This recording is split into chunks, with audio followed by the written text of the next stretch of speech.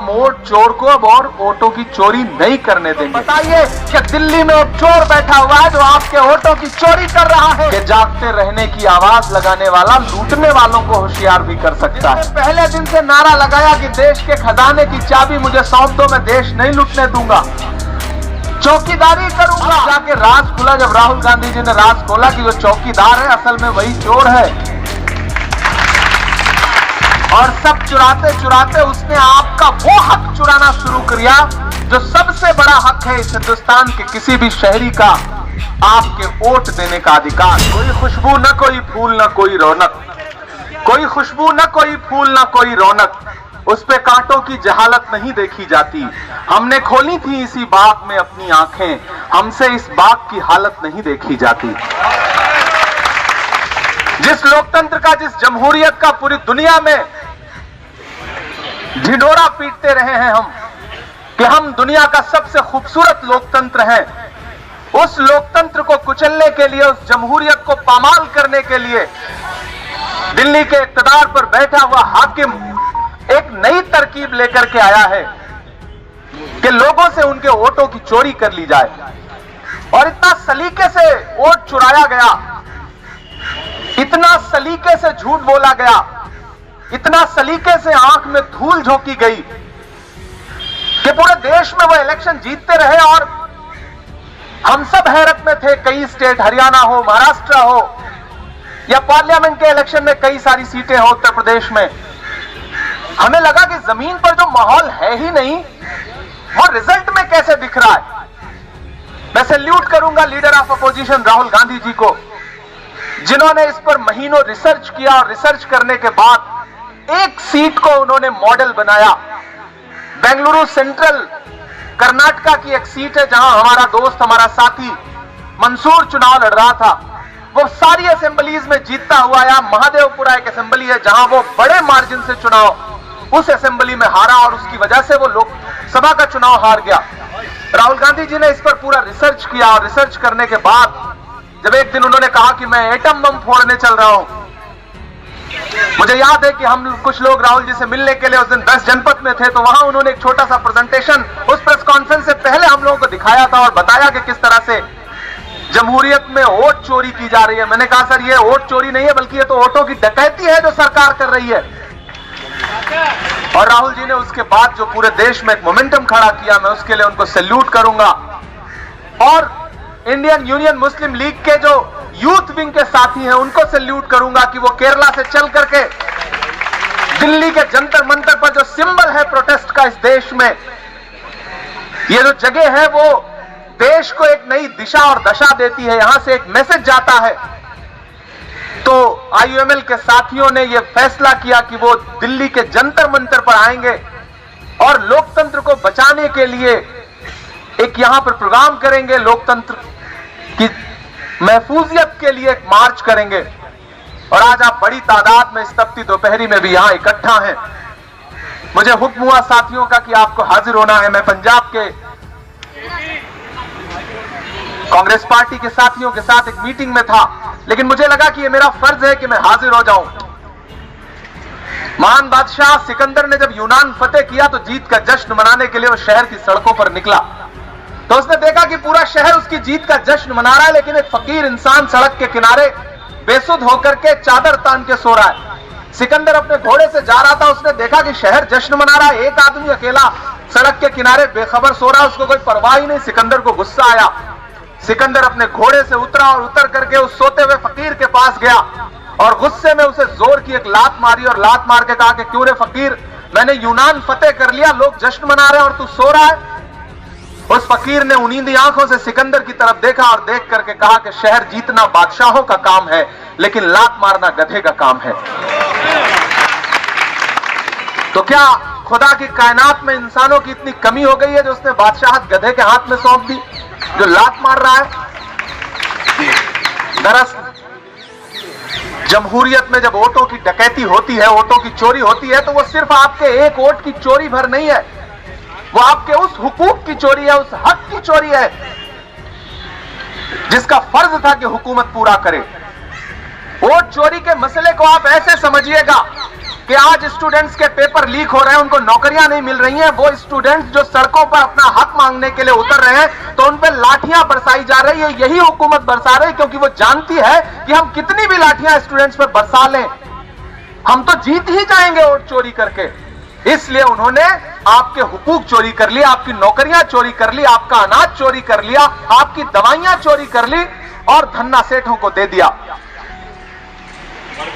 पिछले कई साल से हम सारे लोग जीएसटी का रोना रोते रहे कि सरकार ने कफन तक पर जीएसटी लगा ली है।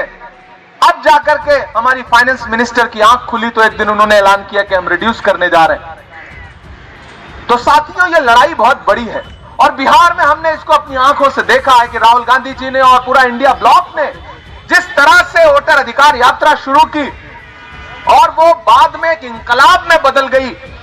वो यात्रा शुरू तो हुई थी वोटर अधिकार यात्रा के नाम से, लेकिन जिस दिन खत्म हुई वो यात्रा पटना में, तो ऐसा लग रहा था कि पूरा इंडिया ब्लॉक वहां पर इकट्ठा है, सारी पार्टियां वहां पर इकट्ठा हैं और पूरा बिहार एक आवाज में कह रहा है कि हम वोट चोर को अब और वोटों की चोरी नहीं करने देंगे।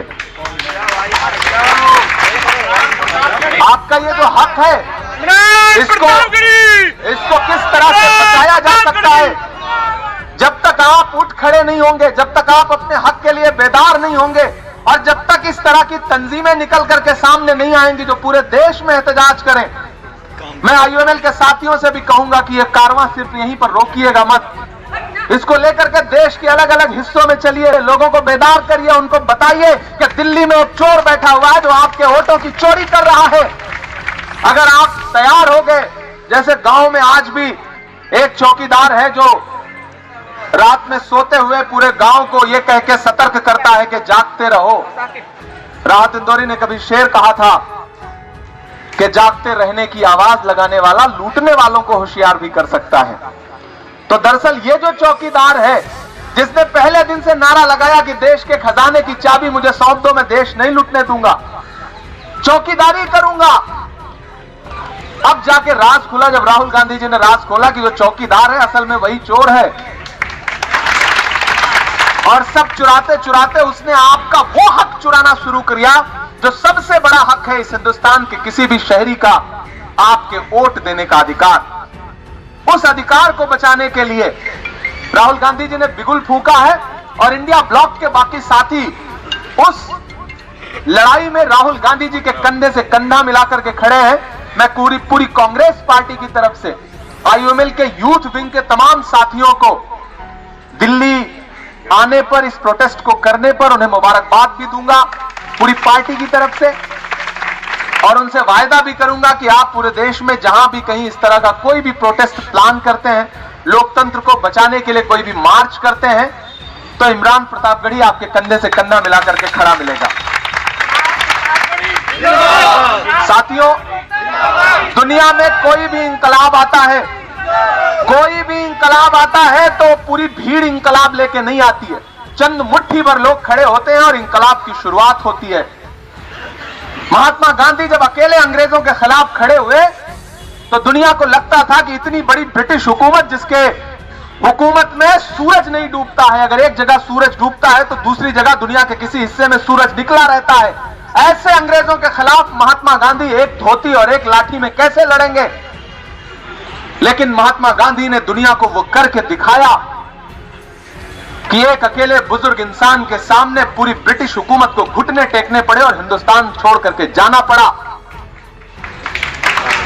हम उस दौर में उनके साथ नहीं थे, हम महात्मा गांधी के साथ लड़ने के लिए उस दौर में पैदा नहीं हुए थे, लेकिन नौजवानों, हम आप खुशनसीब हैं कि हम इस दौर के गांधी के साथ लड़ने के लिए इस दौर में तैयार खड़े हैं।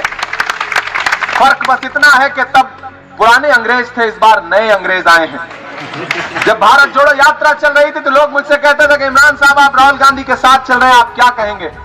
तब मैं कहता था कि जो हर जालिम से टकराएगी वो आंधी बनाऊंगा, जो हर जालिम से टकराएगी वो आंधी बनाऊंगा। नए अंग्रेज आए हैं, नया गांधी बनाऊंगा। वो नया गांधी पूरे देश में एक इंकलाब की तरह आगे बढ़ रहा है और मुझे खुशी है कि सबसे मजबूत सहयोगी के तौर पर इंडियन यूनियन मुस्लिम लीग हमारे साथ खड़ी है और हम हैरिस वीरान जी को, शाजू जी को और बाकी उनकी पूरी टीम को मुबारकबाद भी दूंगा, उनका शुक्रिया भी अदा करूंगा। और इस लड़ाई में बस इतना याद रखिएगा कि वो जहर देता तो सबकी नजर में आ जाता, वो जहर देता तो सबकी नजर में आ जाता। सो ये किया कि हमें वक्त पर दवाएं न दी।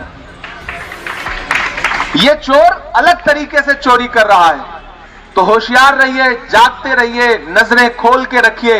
आसपास चाय की दुकानों पे बैठिए, कहीं भी किसी से बात करिए तो आप सबको ये लड़ाई लड़नी पड़ेगी। जो पॉलिटिकल एक्टिविस्ट हैं उनको भी ये लड़ाई लड़नी पड़ेगी, जो सोशल एक्टिविस्ट हैं उनको भी लड़ाई लड़नी पड़ेगी, और जो गांव खेड़े में, शहरों में, झुग्गियों में कहीं भी रहने वाला कोई इंसान है, आप सबको यह जानना है कि यह लड़ाई आजादी की लड़ाई जैसी लड़ाई है। आपको अपने वोट बचाने हैं। अगर वोट का हक छिन गया, अगर आपसे आपका वोटिंग राइट छिन गया तो सारे राइट छिन जाएंगे।